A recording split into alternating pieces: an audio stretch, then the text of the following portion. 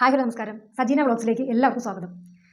സത്യം പറഞ്ഞാൽ ഒരു 6-7 വീഡിയോ, അതായത് റിയാക്ഷൻ വീഡിയോ ചെയ്യാനുള്ള സമയം കഴിഞ്ഞു. ഇപ്പം ഞാൻ വ്ളോഗ് മാത്രമല്ല ചെയ്യുന്നത്. അപ്പോൾ ഒരാളുടെ ലൈഫിൽ എന്താണ് സംഭവിക്കുന്നത് ഉറ്റുനോക്കി അതിന് ഉറക്കം ഒഴിഞ്ഞിരുന്ന് അതിന് വേണ്ടി മിനിറ്റിന് വീഡിയോ ഇടത്തക്ക രീതിയിലുള്ള ഒരു വ്ളോഗറൊന്നും അല്ല ഞാൻ.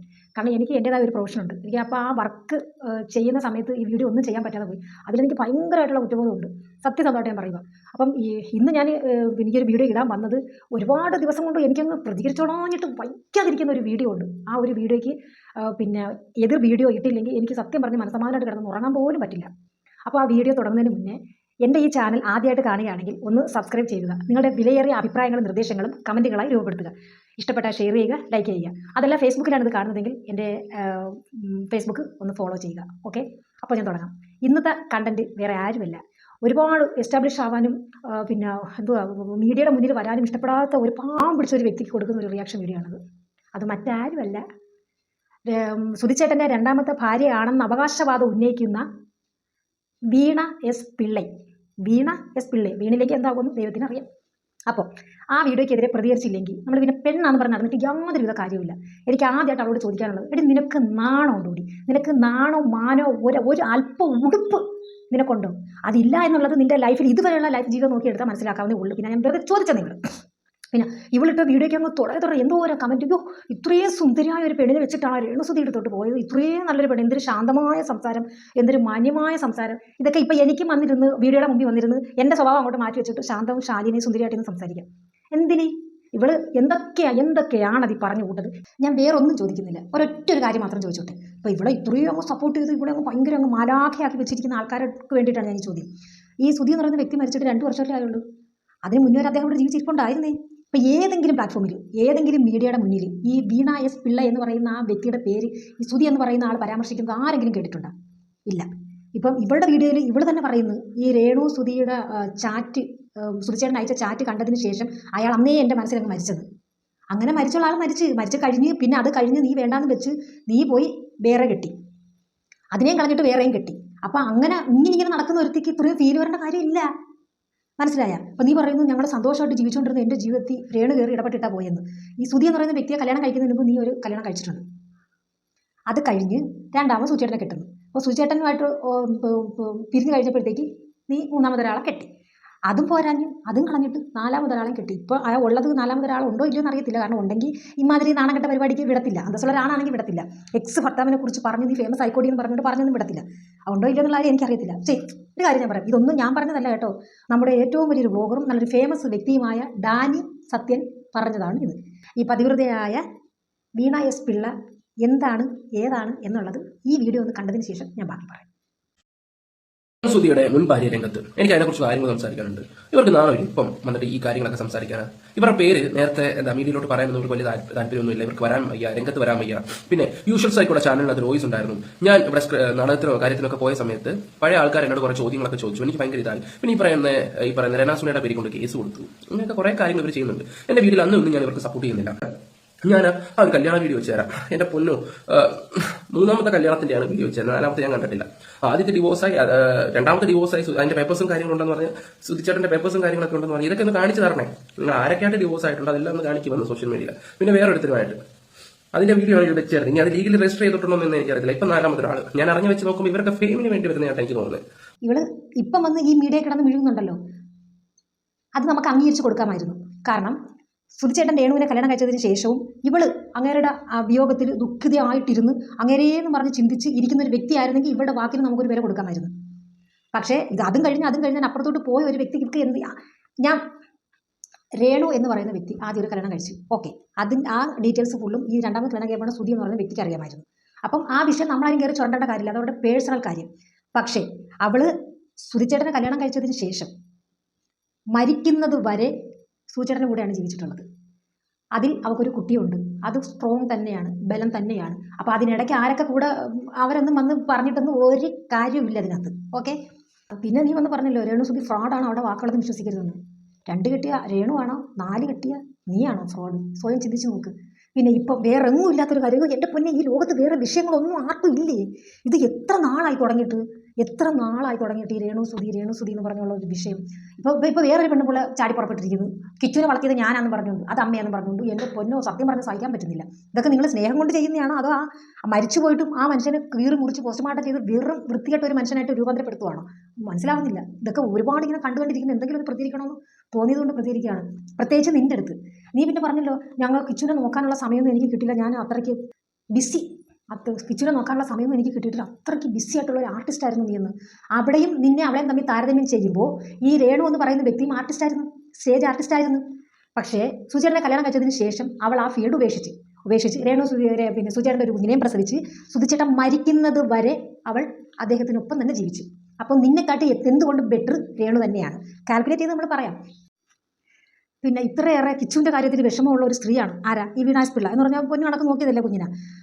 ആ രേണു അവനെ ഉപദ്രവിക്കുന്നുണ്ട്, അവനെ ഒന്നും കൊടുക്കുന്നില്ല, അവനുള്ളത് ജീവിതത്തിൽ അവർക്ക് ഒരു വിഷയമാണ്, സ്നേഹം മൊത്തം കിച്ചുവിൻ്റെ അടുത്താണ്, നമ്മളെടുത്തില്ല എന്നൊക്കെ പറഞ്ഞ് രേണു സുധി കരഞ്ഞ് വീണ എടുത്ത് പറഞ്ഞെന്ന് വീണ പ്രതിപാദിക്കുന്നു. ആ വീണയ്ക്കെതിരെ ഈ കിച്ചു എന്ന് പറഞ്ഞ്, കിച്ചു പൊടിക്കൊച്ചൊന്നും അല്ലല്ലോ, അവന് കാര്യങ്ങൾ മനസ്സിലാക്കാനുള്ള പ്രാപ്തിയുണ്ട്. അവൻ ഒരു പോസ്റ്റ് ഇട്ടിട്ടുണ്ടായിരുന്നു, 15 മണിക്കൂറായിട്ടുള്ള പോസ്റ്റ് വന്നിട്ട് ഞാനതൊന്ന് വായിക്കാം. വീണ എസ് പിള്ളയുടെ കഴിഞ്ഞ ദിവസം നടത്തിയ ആരോപണങ്ങൾ എല്ലാം തന്നെ കൊല്ലം സുധിയുടെ മകൻ കിച്ചു നിഷേധിച്ചു. അച്ഛനൊപ്പമുള്ള വീണയുടെ ദാമ്പത്യകാലം തൻ്റെ ജീവിതത്തിലെ ഏറ്റവും മോശമായിരുന്നുവെന്ന് കിച്ചു വെളിപ്പെടുത്തി. ഇത്തരം ആരോപണങ്ങൾ തൻ്റെ ഭാവിയെ ബാധിക്കുമെന്നും കരിയറിൽ ശ്രദ്ധിക്കാനാണ് താൻ ആഗ്രഹിക്കുന്നതെന്നും കിച്ചു പറഞ്ഞു. താൻ കൊല്ലത്തെ വീട്ടിൽ സന്തോഷവാനാണെന്നും രേണു അമ്മയിൽ നിന്ന് പോക്കറ്റ് മണി ലഭിക്കാറുണ്ടെന്നും കിച്ചു വ്യക്തമാക്കി. കേട്ടല്ലോ, അച്ഛന് 2 വിവാഹങ്ങൾ എന്നത് തെറ്റിദ്ധാരണയാണെന്നും രണ്ടാമത്തെ വിവാഹം ശരിയായിരുന്നില്ലെന്നും അത് വേർപിരിയാൻ കാരണം പണത്തെ ചൊല്ലിയുള്ള പ്രശ്നങ്ങളായിരുന്നുവെന്നും കിച്ചു പറഞ്ഞു. വീണയെ വിവാഹം കഴിച്ചപ്പോഴും താൻ അച്ഛൻ്റെ ബന്ധുക്കൾക്കൊപ്പമായിരുന്നു താമസിച്ചിരുന്നതെന്ന് കിച്ചു ഓർമ്മിപ്പിച്ചു. അച്ഛനെക്കുറിച്ച് തെറ്റായ കാര്യങ്ങൾ കേൾക്കുമ്പോൾ വിഷമമുണ്ടെന്നും തന്നെ നോക്കിയത് അച്ഛനും ബന്ധുക്കളുമാണെന്നും കിച്ചു പറഞ്ഞു. കൊറോണ സമയത്ത് അച്ഛന് വലിയ കടമുണ്ടായിരുന്നുവെന്നും എന്നാൽ ആരെയും പറ്റിച്ചിട്ടില്ലെന്നും കിച്ചു വ്യക്തമാക്കി. വീണ താനുള്ളതിൻ്റെ പേരിൽ അച്ഛനുമായി വഴക്കിട്ടിട്ടുണ്ടെന്നും ആ സമയത്താണ് തൻ്റെ ജീവിതം മോശമായതെന്നും കിച്ചു കൂട്ടിച്ചേർത്തു. ഇതിൽ കൂടുതൽ വേറെ ഒന്നും വേണ്ടല്ലോ. ഇപ്പോൾ ഈ വീണയുടെ പുറവിൽ നടന്നു, എന്ത് നല്ല സുന്ദരി ഒരു പെണ്ണ്, ഇത്രയും നല്ലൊരു പെണ്ണിനെ കളഞ്ഞിട്ടാണ് രേണുവിലൂടെ പോയെന്ന് എത്ര പേര് നമുക്ക് വേണ്ടി അങ്ങ് പൊക്കിക്കൊണ്ട് നടക്കുന്നത്. അവരും കൂടെ കേൾക്കാൻ വേണ്ടിയിട്ടാണ് ഞാൻ ഇപ്പോൾ ഇത് വായിച്ചത്. ഇത് കള്ളമൊന്നുമല്ല, ഇത് കണ്ടോ, ഞാൻ എൻ്റെ സ്ക്രീൻ റെക്കോർഡ് ഇതിനകത്ത് കൊടുക്കുന്നുണ്ട്, നിങ്ങളും കൂടെ ഒന്ന് വായിച്ച് നോക്കും. അപ്പോൾ ഇവക്കുള്ള ഏറ്റവും വലിയ വിഷയം എന്താണെന്ന് വെച്ചാൽ, ഇവളും ആർട്ടിസ്റ്റാണെന്ന് പറയുന്നു, സത്യത്തിൽ ഞാൻ കണ്ടിട്ട് പോലുമില്ല. അപ്പം അങ്ങനെ പറഞ്ഞ് ഞാൻ കൊച്ചാക്കുമല്ല, ഞാനും ഇഷ്ടംപോലെ വർക്കുകൾ ചെയ്തിട്ടുണ്ട്, എന്നെ അത്യാവശ്യം ആൾക്കാരൊന്നും തിരിച്ചറിയുന്നൊന്നുമില്ല. അറിയാവുന്നവർക്കറിയാം, അല്ലാത്തവർക്ക് അറിയത്തില്ല. അതുകൊണ്ട് അത് ഞാൻ കൊച്ചാക്കി കാണുന്നൊന്നുമില്ല. പക്ഷേ ഞാൻ കണ്ടിട്ടില്ല. ഈ വ്യക്തി, ഈ വീണ എന്ന് പറയുന്ന ഒരു വ്യക്തിയുടെ പേര് പോലും ഞാൻ കേട്ടിട്ടില്ല സത്യം. ഇപ്പോൾ അവൾക്കും തിരിച്ച് റിയാക്ഷൻ വീഡിയോ ഇടാം, സജീന എന്ന് പറയുന്ന വ്യക്തിയെ എനിക്ക് അറിയത്തില്ല എന്ന്. സത്യം തന്നെ, അത് അവിടെ നിൽക്കട്ടെ, അത് നമ്മളെയൊക്കെ വിധി. പക്ഷേ ഇവിടെ ഏറ്റവും വലിയ വിഷയം എന്താണെന്ന് വെച്ചാൽ, അവൾ തന്നെ സ്വയം പറയുന്നു താൻ ഭയങ്കരമായിട്ട് ബിസി ആയിട്ടുള്ള ഒരു ആർട്ടിസ്റ്റ് ആയിരുന്നെന്ന്. അപ്പോൾ ഇത്രയും ഓടി കിടക്കുന്ന തിരക്കിനിടയിൽ ഇപ്പോഴും 10 പേരറിയാതെ പോയ, ഒന്നും ആകാതെ പോയതിൻ്റെ ഫ്രസ്ട്രേഷൻ മാത്രമാണ് ഇപ്പോൾ ഈ വീണ എസ് പിള്ള പൊങ്ങി വന്നിരിക്കുന്നത്. കാരണം രേണുവിനെ കല്യാണം കഴിക്കുന്നതിന് മുന്നേ, സുചേട്ടൻ രേണുവിനെ കല്യാണം കഴിക്കുന്നതിന് മുന്നേ ഇവൾ അയച്ചൊരു മെസ്സേജ് കണ്ടപ്പോഴേ എൻ്റെ മനസ്സിൽ രേണു സുധിച്ചേട്ടൻ മരിച്ചു എന്ന് പറഞ്ഞ വ്യക്തി ഇപ്പോൾ സുചേട്ടൻ തിരിച്ച് വന്നു. ഇപ്പോൾ ഇടയ്ക്കിടയ്ക്ക് പറയുന്നല്ലേ, എനിക്ക് സുചേട്ടൻ ജീവിച്ചിരുന്നപ്പോഴും മരിച്ചപ്പോഴും എനിക്ക് അദ്ദേഹത്തെ വിറ്റ് കാശാക്കാൻ താല്പര്യമില്ലെന്ന്. വിറ്റ് കാശാക്കാനാണ് ഇപ്പോൾ വന്നിരിക്കുന്നത്, മറിച്ച് വിൽക്കാനാണ്. കാരണം മരിച്ചുപോയ ഒരാളെ നേരിട്ട് വിൽക്കാൻ എനിക്ക് പറ്റില്ല, അല്ലെങ്കിൽ മറിച്ച് വിൽക്കാൻ വേണ്ടിയിട്ടാണ്. ഇപ്പം എന്നും പറഞ്ഞത് മെഴുകൊക്കെ നാണം മോനം ഇല്ലാത്ത ഒരു സ്ത്രീ ആയിപ്പോയി ഓടിത്താൻ. എന്തൊരു വൃത്തിക്കെട്ട ഒരു സംസാരങ്ങളാണ്. സുചേട്ടൻ വന്ന് എന്നെ കല്യാണം കഴിക്കുന്നു പറഞ്ഞ് വീട്ടിൽ വന്ന് എനിക്ക് ഉമ്മ തന്നു, ഞങ്ങൾ പോയി. ഇതെല്ലാം നിന്റെ ജീവിതത്തിൽ ഉണ്ടായതാണ്. ശരി, അയാൾ വേണ്ടാന്ന് വെച്ച് കളഞ്ഞു, എത്രയോ വർഷം കഴിഞ്ഞു. മരിച്ചു കഴിഞ്ഞപ്പോൾ പിന്നെ അതിൻ്റെ പേര് ഫേമസ് ആവാൻ വരുന്നത് മറിച്ച് വിൽക്കാനല്ല, ഇത് അട്ടിമറിയാണെന്നേ ഞാൻ പറയത്തുള്ളൂ. നാണവും മാനവും ഇല്ലേന്ന് വീണ്ടും ഞാൻ ചോദിക്കുന്നുള്ളൂ. ഈ അതുലും ഡാനി സത്യ എന്ന് പറയുന്നവർ ഞങ്ങളിപ്പോൾ ഒരു ശത്രുക്കളെ പോലെ നിൽക്കുകയാണ്. കാരണം അവരുടെ റിയാക്ഷൻ വീഡിയോക്കെതിരെ ഞാൻ വീഡിയോ ഇടുന്നുണ്ട്, ഒക്കെ സത്യം. പക്ഷേ ഡാനി സത്യ ഇപ്പോൾ ഇട്ട ഈ വീഡിയോയിൽ എനിക്ക് അയാളടുത്ത് കൂടുതൽ ബഹുമാനം തോന്നുന്നുണ്ട്. കാരണം കാര്യങ്ങൾ പറയാൻ ആരെ പേടിക്കുന്നില്ല. അത് തന്നെയാണ് എനിക്ക് ആ ഒരു വീഡിയോയിൽ എനിക്ക് ഇഷ്ടപ്പെട്ടത്. ആ വീഡിയോ കട്ട് ചെയ്ത് ഇതിൻ്റെ കൂടെ ഇടാനും കാരണം അത് തന്നെയാണ്. സത്യസന്ധമായിട്ടാണ് പറഞ്ഞത്. ഫേമസിന് വേണ്ടി തന്നെയാണ് നീ ഇപ്പോൾ പുറത്തിറങ്ങി വന്നിരിക്കുന്നത്. നീ പറഞ്ഞല്ലോ കിച്ചുവിനെ എൻ്റെ കൂടെ നിർത്തത്തില്ലെന്ന്. എങ്ങനെ നിർത്തും? സ്വന്തം മോനായ. അപ്പം നീ അവിടെ വലിയ ആഭ്യന്തര പ്രശ്നമൊന്നുമല്ലല്ലോ പിന്നെ ലൈവിൽ സംസാരിച്ചുകൊണ്ടിരുന്നത്. കുഞ്ഞുങ്ങളാകുമ്പോൾ ബഹളം വയ്ക്കും, ഒച്ച വയ്ക്കും, ഒക്കെ ഞങ്ങൾക്കൊക്കെ ഉണ്ട് മക്കൾ. ആ കുഞ്ഞ് നിൻ്റെ ബാക്കിൻ്റെ വശത്തുകൂടി ഒന്ന് സൗണ്ട് വെച്ചുകൊണ്ട് അപ്പോൾ നീ കാണിച്ച് എന്താണെന്ന് ഇതൊന്ന് കണ്ടു നോക്ക്. ഇതൊക്കെ ഇങ്ങനെയുള്ള സ്വഭാവമുള്ള നിൻ്റെ അടുത്താണ് ആ കിച്ചണിൽ നിർത്തിയിട്ട് പോകുന്നത്, അത് അമ്മയില്ലാത്തൊരു കുഞ്ഞിന്. അയ്യോ കഷ്ടം, ഇതൊന്ന് കാണും. അപ്പോൾ സുധിയോടൊന്ന് സംസാരിച്ചേക്കണം എന്ന് പറഞ്ഞിട്ട് കണ്ട, എന്തോ വലിയ തെറ്റ് കുഞ്ഞ് ചെയ്ത്. പിന്നെ എന്നെ എല്ലാവർക്കും അറിയാമായിരുന്നു, ഇപ്പം എന്നെ എല്ലാവർക്കും മനസ്സിലായി കാണുമല്ലോ. ഒരിക്കലും മീഡിയയുടെ മുന്നിൽ വരണമെന്ന് വിചാരിച്ചിരുന്നതല്ല ഞാൻ. മീഡിയയുടെ മുന്നിൽ വരണമെന്ന് വിചാരിച്ചിട്ട് തന്നെയാണ് നീ ആദ്യം നിന്റെ ഒരു വോയിസ് മാത്രം എടുത്തിട്ട് കൊടുത്തത്. കാരണം ഇത് എത്രത്തോളം പോകുമെന്ന് അറിയാൻ വേണ്ടി. അപ്പോൾ വോയിസ് മാത്രം ഇപ്പോൾ ആൾക്കാർ ഇതിന് ശബ്ദത്തിനുടമയില്ലേ, അതിന് അങ്ങനെ വരും നിനക്ക് അറിയാവുന്നതുകൊണ്ട് തന്നെ നീ ആ വോയിസ് ഇട്ടത്. നിന്റെ ഉദ്ദേശം ഈ പേരിൽ നിനക്കും കൂടി ഒന്ന് ഫേമസ് ആവുക. കാരണം അങ്ങനെ രേണു മാത്രം അങ്ങനെ ഫേമസ് ഉണ്ട്. എന്നിട്ട് നീ പറഞ്ഞു ഒരു ഇതിനകത്ത് നീ വ്യക്തമായിട്ട് പറഞ്ഞിട്ടുണ്ട്, വർഷങ്ങളോളം ഞാനാണ് ഈ ഫീൽഡിൽ നിന്നത്, അപ്പം നീയാണ് ഇങ്ങനെ ആവേണ്ടിയിരുന്നതെന്ന്. നീ ആവാൻ എന്ത്? സുചേട്ടനെ വേണ്ടെന്ന് വെച്ചാൽ നീ പോയിട്ടില്ല, നീ ഇപ്പോഴും അവിടെ നിന്നിരുന്നെങ്കിൽ ഒരു പക്ഷേ അദ്ദേഹം മരിച്ചു കഴിഞ്ഞപ്പോൾ നീ ആയിരുന്നു ഈ സ്ഥാനത്ത് വരേണ്ടുന്നത്. പിന്നെ നീ ഭയങ്കരമായിട്ട് പറഞ്ഞു അത് സുചേട്ടൻ മരിച്ചു എനിക്കും വേണമെങ്കിൽ ഇതിനെക്കാട്ടി ഇപ്പോഴേ ഫേമസ് ആവും, ഈ വയറും കാണിച്ച് പൊക്കിളും കാണിച്ച് അങ്ങനെയൊക്കെയുള്ള ഡ്രസ്സൊക്കെ ഇട്ടാൽ എനിക്ക് ആ കാശ് വേണ്ട. എടി അത് മാന്യത. അവൾ അഭിനയിക്കുന്നത് ക്യാമറയുടെ മുന്നിലാണ്, 10 ആൾക്കാർ കാണയാണ്. നീയോ നിന്റെ പാസ്റ്റ് നിനക്കറിയാം, നീ എടുത്ത് ചിന്തിച്ച് നോക്ക്. ഈ രണ്ടാമത് കല്യാണം കഴിക്കുന്നതിനെ കുറിച്ച് എനിക്ക് മോശം അഭിപ്രായമൊന്നുമില്ല. കാരണം ഒരു വ്യക്തിയുടെ ജീവിതത്തിൽ അവർ അനുഭവിച്ചിട്ടുള്ള ദുരിതങ്ങൾ അവർക്ക് മാത്രമേ അറിയൂ. പുറമേ നിന്ന് നോക്കുന്നവർക്കൊന്നും അറിയാൻ പറ്റില്ല. അത് 2-3 കാറ്റഗറി ഉണ്ട്. അതായത് കല്യാണം കഴിഞ്ഞ് ഭർത്താവ് നമ്മൾ ആഗ്രഹിക്കുന്ന രീതിയിലോ നമ്മൾ ഒരു ജീവിതം, അതായത് സ്നേഹം, ഒരു സംരക്ഷണം, പരിചരണം ഒന്നും കിട്ടാതെ നമ്മുടെ ആഗ്രഹങ്ങൾ ഒന്നും സാധിച്ചു തരാത്ത ഒരു ഭർത്താവിൻ്റെ കൂടെ ജീവിക്കുക എന്നുള്ളത് ഒരു ദുരിതം തന്നെയാണ്. ചില സ്ത്രീകൾ മക്കൾക്ക് വേണ്ടിയായാലും അല്ലെങ്കിൽ തന്നെ ഈ ഒരാളെ കല്യാണം കഴിച്ച് നമ്മൾ സ്നേഹിച്ച് കെട്ടിയതാണെങ്കിലും അല്ലെങ്കിൽ കല്യാണം കഴിച്ച് കഴിഞ്ഞ് മരിക്കുന്നവർ അയാൾ മതി എന്ന് പറഞ്ഞ് മൊത്തം അനുഭവിച്ച് അവർക്ക് ദൈവം കൊടുത്ത ആ ഒരു ജന്മം ഇല്ലാതാവുന്നത് വരെ കൂടെ കഴിയും. രണ്ടാമത്തെ കാറ്റഗറിയിൽപ്പെട്ട സ്ത്രീകളെന്ന് പറഞ്ഞാൽ പാതാളം വരെ അവർ സഹിക്കും. കാരണം വിട്ടുപോകാൻ മനസ്സില്ല, മരിക്കുന്നവരെ ഇയാൾ മതി എന്നും പറഞ്ഞ് എല്ലാ ദുരിതങ്ങളും അപമാനങ്ങളും അപരാധങ്ങളും കേട്ട് പാതാളം വരെ ചെല്ലും. പിന്നെ അങ്ങോട്ട് താഴെ അവസരമില്ലാതെ വരുമ്പോൾ ഒന്ന് ചിന്തിക്കും, എനിക്കൊരു ജന്മമേ ഉള്ളൂ, തെറ്റൊന്നും ചെയ്താൽ ഞാൻ എന്തിനിങ്ങനെ ക്രൂശിക്കപ്പെടണം? അവർക്ക് ഇഷ്ടമുള്ള രീതിയിൽ സന്തോഷമായിട്ട് സുഖിച്ച് അവരുടെ ജീവിതം ആസ്വദിച്ച് തീർക്കുന്നു. അപ്പം പിന്നെ ഞാൻ എന്തിനിങ്ങനെ അനുഭവിച്ച് തീരണം എന്ന് പറഞ്ഞ് ഫിനിക്സ് പക്ഷിയെ പോലെ ഒന്ന് ഉയർത്തെഴുന്നേറ്റ് അവിടെ ഒരു കൈ പിടിക്കുന്ന ഒരാൾ വരുമ്പോൾ ആ കൈ പിടിക്കുന്നത് തെറ്റൊന്നുമല്ല. പിന്നെ തെറ്റുള്ളതെന്ന് പറഞ്ഞാൽ മക്കളുണ്ടെങ്കിൽ അവരെ ഒഴിച്ച് നിർത്തിയിട്ട് പോകുന്നവരോട് എനിക്ക് ഇപ്പോഴും താല്പര്യമില്ല. ആ രണ്ടാമത് വിവാഹം കഴിച്ചാലും മക്കൾ 2 പേരുണ്ടെങ്കിൽ 2 സൈഡ്, ഒരാളെ ഉണ്ടെങ്കിൽ നമ്മുടെ മടിയിൽ, ആ ഒരു സിറ്റുവേഷൻ നമ്മൾ മരിക്കുന്നവരെ കുഞ്ഞുങ്ങളെ കൂടെ കൂടണം എന്ന് മാത്രമേ ഉള്ളൂ എനിക്ക് അതിനകത്ത് പറയുന്നത്. പിന്നെ മൂന്നാമത്തെ കാറ്റഗറി എന്ന് പറഞ്ഞാൽ പൊന്നുപോലെ നോക്കിയിട്ട് ചിലപ്പം വിദേശ രാജ്യങ്ങളിൽ നിന്നായിരിക്കും അല്ലെങ്കിൽ വേറെ ആയിരിക്കും അവരുടെ ഒരു പെണ്ണിൻ്റെ ആഗ്രഹത്തിനും സ്വപ്നങ്ങൾക്കും സങ്കല്പത്തിനും അപ്പുറം അത്രയും സ്നേഹിച്ച് അവളെ വിശ്വസിച്ച് സ്നേഹിക്കുന്ന ഭർത്താക്കന്മാരെ ചതിച്ചിട്ട് മാറ്റാൻ വേണ്ടി പോകുന്ന കുറേ സ്ത്രീകളുണ്ട്. അങ്ങനെ ഒരുപാട് കാറ്റഗറി ഉണ്ട് ഒരു ലൈഫിൽ. ഇപ്പം നമ്മൾ ഒരു വിവാഹം എന്ന് പറയുന്നത്, വിവാഹം കഴിക്കുക എന്ന് പറയുന്നത് കുട്ടികൾ, കുടുംബം, ഇത് തന്നെയാണ് വിവാഹം കൊണ്ട് ഉദ്ദേശിക്കുന്നത്. നീ ചോദിച്ചല്ലോ, രേണുസുതി പറഞ്ഞല്ലോ, ഇപ്പോൾ സുചേട്ടൻ ഒരു കുഞ്ഞ് അവക്കൊണ്ടു, നിനക്ക് കൊച്ചുണ്ടെന്ന് ചോദിച്ച ചോദ്യം തന്നെ. അപ്പോൾ അതിന് ബദലായിട്ട് നീ എന്ത് പറഞ്ഞു? ഈ കല്യാണം കഴിക്കുന്നതെല്ലാം കൊച്ചുങ്ങളെ പ്രസവിക്കാൻ വേണ്ടിയിട്ടാണോ എന്ന്? ആണ്. കല്യാണം എന്ന് പറയുന്നത് കുടുംബം എന്ന് തന്നെയാണ് അതിൻ്റെ അർത്ഥം.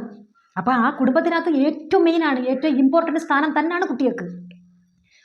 കുട്ടികളുമായിട്ട് കുടുംബമായിട്ട് ജീവിക്കാൻ വേണ്ടി തന്നെയാണ് കല്യാണം കഴിക്കുന്നത്. പിന്നെ ചേച്ചി കല്യാണം കഴിക്കുന്നത് മാറി കല്യാണം കഴിച്ചത് എന്തിനാണെന്ന് എനിക്കറിയത്തില്ല. പക്ഷെ ഞങ്ങളുടെയൊക്കെ കാറ്റഗറി വെച്ച് പറയുവാണെങ്കിൽ അത് കല്യാണം കഴിക്കുന്നത് കുടുംബമായിട്ട് ജീവിക്കാൻ വേണ്ടി തന്നെ. അപ്പോൾ ആ കുടുംബമായിട്ട് നമ്മൾ ജീവിച്ചുകൊണ്ടിരിക്കുന്ന സമയത്ത് നമുക്കത് പറ്റത്തില്ല, വേണ്ടെന്ന് വെച്ച് സന്തോഷമായിട്ട് ഭാര്യ ഭർത്താവ് പിരിഞ്ഞു പോകുകയാണെങ്കിൽ ഓക്കെ, കുഞ്ഞുങ്ങളെയും കൂടെ കൈ കൂട്ടിക്കൊണ്ട് നടക്കുന്നവർക്ക് അതിൽ ഒരു തെറ്റില്ല. അപ്പോൾ ഞാൻ പറഞ്ഞു വന്നത്, ചേച്ചിക്ക് ഫേമസ് എന്ന് പറയുന്നത് ഒട്ടും ഇഷ്ടമില്ലാത്ത ഒരാളാണ് കേട്ടോ. പക്ഷേ ഇപ്പോൾ ചേച്ചി ഫേമസ് ആയി.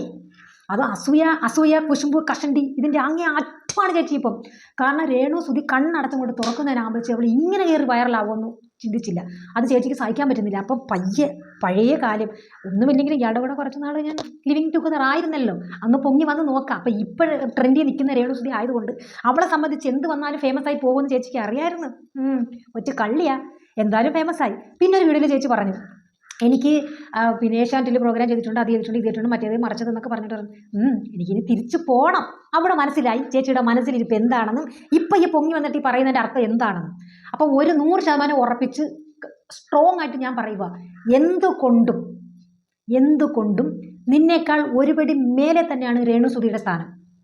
ഞാനീ പറഞ്ഞല്ലോ, മുമ്പേ പറഞ്ഞിട്ടുള്ള വീഡിയോകളൊക്കെ ഒന്ന് കാണുമ്പോൾ വാക്കുകളാലും എൻ്റെ ഇതെല്ലാം ഒന്ന് കേട്ട് നോക്കുമ്പോൾ മനസ്സിലാവും നിങ്ങൾ തമ്മിലുള്ള വ്യത്യാസം. ഇപ്പോൾ വേറെ കുറേ എണ്ണം പൊങ്ങി വന്നിട്ടുണ്ട്. മരിച്ചുപോയവരെ വെറുതെ വിട്.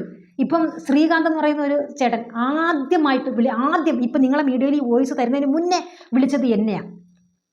ചേട്ടൻ്റെ നെയ്ബറാണ്, ഞാൻ ആ ചേട്ടൻ്റെ ട്രൂപ്പിൽ വർക്ക് ചെയ്തിട്ടുണ്ട്, ഒക്കെ ശരി. ആ ചേട്ടൻ വിളിച്ചിട്ട് പറഞ്ഞു, ഞാൻ കുറച്ച് കാര്യങ്ങൾ നിൻ്റെ അടുത്ത് പറഞ്ഞു തരാം, രേണുസുതിയെക്കുറിച്ച് കുറച്ച് കാര്യങ്ങൾ പറഞ്ഞു തരാം, നീ എൻ്റെ വോയിസ് ഇട്ടിട്ട് എൻ്റെ ഫോട്ടോയും കൊടുത്തു, പക്ഷേ ഇൻ്റർവ്യൂ ആയിട്ട് ഞാൻ തരുന്നില്ല, അങ്ങനെ നീ ഇട്ടോന്ന് പറഞ്ഞു.